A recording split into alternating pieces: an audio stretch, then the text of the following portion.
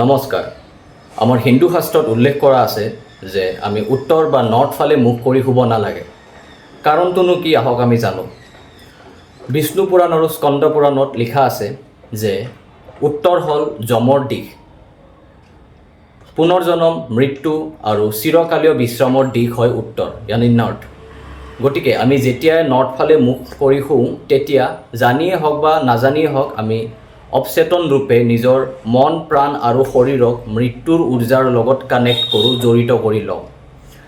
যদি বৈজ্ঞানিক দৃষ্টিৰে চোৱা যায় তেতিয়াহ'লে আমি সকলোৱে এটা কথা জানো যে আমাৰ এই পৃথিৱীৰ এটা নিজস্ব মেগনেটিক ফিল্ড আছে, যোনটো নৰ্থৰ পৰা চাউথৰ ফালে ফ্ল' হয়।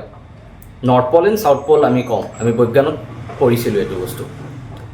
এতিয়া কথাটো হ'ল যে আমাৰ হিউমেন যোনটো আমাৰ শৰীৰ, মনুষ্য শৰীৰ, সেই শৰীৰতো বহুতো ধাতু থাকে, যেনে আইৰণ আৰু বিভিন্ন ধৰণৰ পদাৰ্থ থাকে, আন পদাৰ্থ। সেই গোটেইবোৰ মিলি সৰুৱে হওক লাগে আমাৰো এটা নিজস্ব মেগনেটিক ফিল্ড বনে।